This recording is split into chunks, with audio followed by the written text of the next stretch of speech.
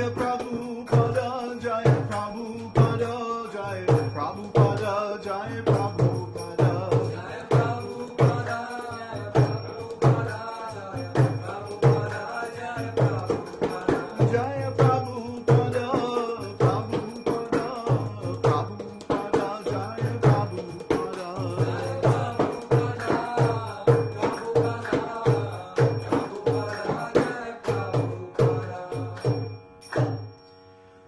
Jai Om Vishnupad Paramahansa Parivrajacharya Sutarasata Shri Shrimad His Divine Grace A.C. Bhaktivedanta Goswami Maharaj Srila Prabhupada Ki Jai Srila Prabhupada Ki Jai His Divine Grace Srila Prabhupada Ki Jai Ananta Koti Vaishnava Vrinda Ki Jai Namacharya Srila Haridas Thakur Ki Jai Prem Shri Gaho Shri Krishna Chaitanya Prabhu Nityananda Shri Advaita Gadadhar Shri Vasadi Gaur Bhakta Vrinda Ki Jai Shri Shri Radha Krishna Gopa Gopinath Shamakund Radha Kund Giri Govardhan Ki Jai Shri Vrindavan Dham Ki Jai Shri Navadvip Dham Ki Jai Shri Jangile Jalangi Mae Ki Jai, Jamuna Mae Ki Jai, Ganga Mae Ki Jai, Tulsi Maharani Ki Jai, Bhakti Devi Ki Jai, Gaur Premanandi. All glories to the assembled devotees. All glories to the assembled devotees. All glories to the assembled devotees. All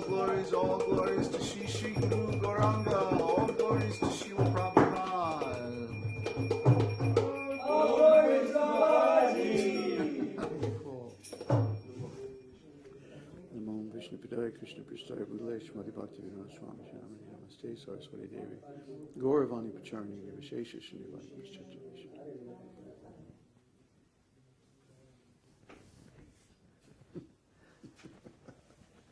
It's a plot.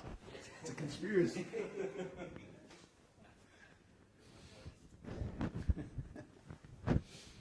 Well, what good is spiritual life if it's not fun? Huh? It should be fun. It should be bliss. Huh? Not that we get involved in all kinds of nasty politics and all that. I was just reading over, we're involved in a project right now to archive all of the old forum posts, and I was looking back in some old emails from 2004, 2005. Yeah. Good old Gmail, huh? Keeps everything. And it was remarkable because in those days I was surrounded by people who didn't get it and who were always betraying me in one way or the other. This went on for a long, long time, for years, 20, 30 years, something like this. This is when you were in Taliban? Yeah. As long as I was associated at all with ISKCON, the same thing kept happening over and over and over again. I would try to make some innovation in preaching, reach out to a new audience, and it would just start to be successful, and then somebody would pull the rug out from under my feet, and I'd have to start all over again.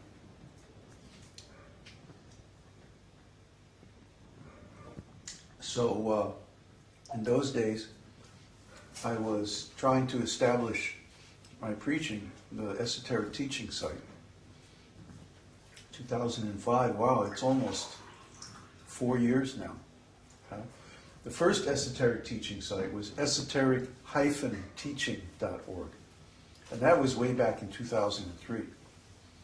And then that site, I forget, something happened to that. Oh, I went to the Rainbow Gathering. And when I came back, the site was down. I can never figure out why. But anyway, I established that site, and I established transontology.org, and our first blog, and everything like that. The first Your Perfect Body podcasts, those were all blog posts originally on the first Esoteric Teaching blog. And I just was looking over the emails and the questions and answers, and we're still talking about the same thing. We're still answering the same questions, the same problems, the same doubts. And they go into a few basic categories. How can I be sure that this esoteric teaching is true and it's not some weird, cult interpretation of the Vedas or something? What about Christianity? Why do I have to give up meat eating and sex life, intoxication? And what is this? How is this different from Hinduism? I mean, there's just like 4 or 5 basic categories of questions that come up again and again.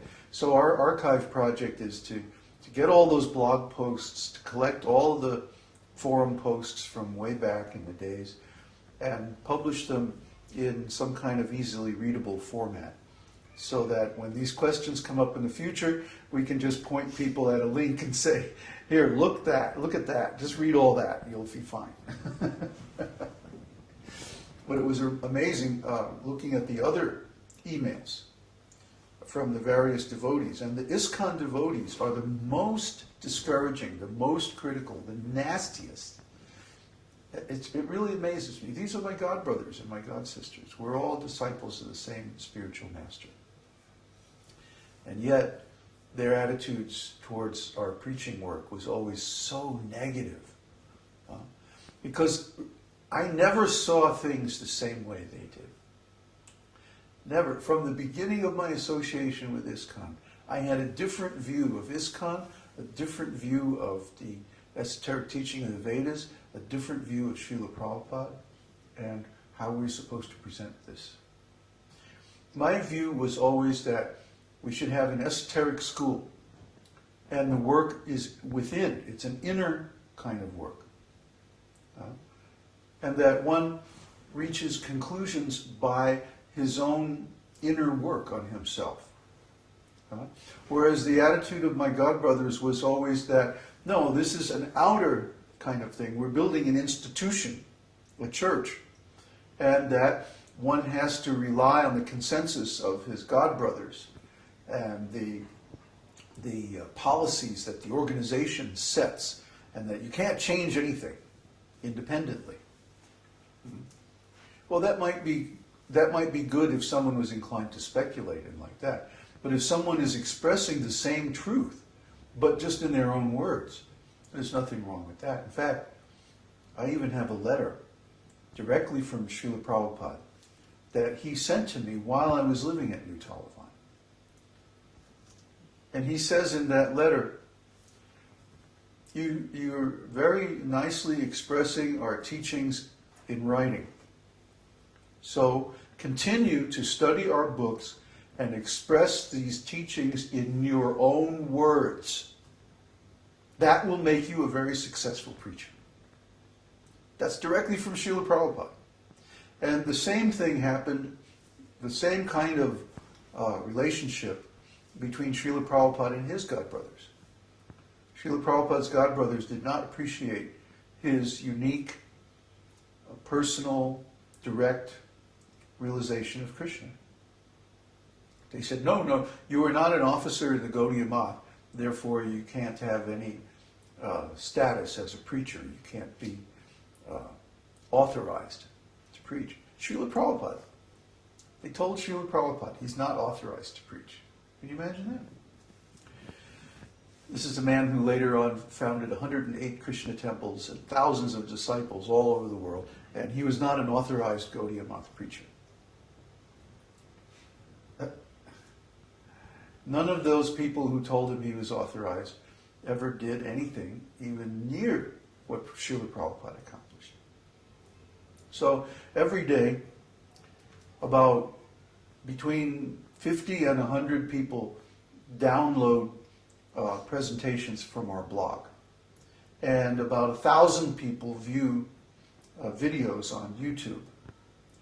And we can't even count the number of downloads from our regular site simply because I'm too lazy and I haven't done all the work of collecting those statistics. But we get every day about 1,000 hits, between 1,000 and 1,500 hits on the website. So every day, maybe 3,000 people are actually contacting our work and getting some benefit. Now, who else is doing like that? Who else, who, can you say any of our God brothers that have such an extensive reach, such an extensive presence on the internet? I don't think so. At least I haven't seen. Yet, our God brothers want to criticize. I just had an email exchange with the temple president of New Taliban, which is where I used to stay.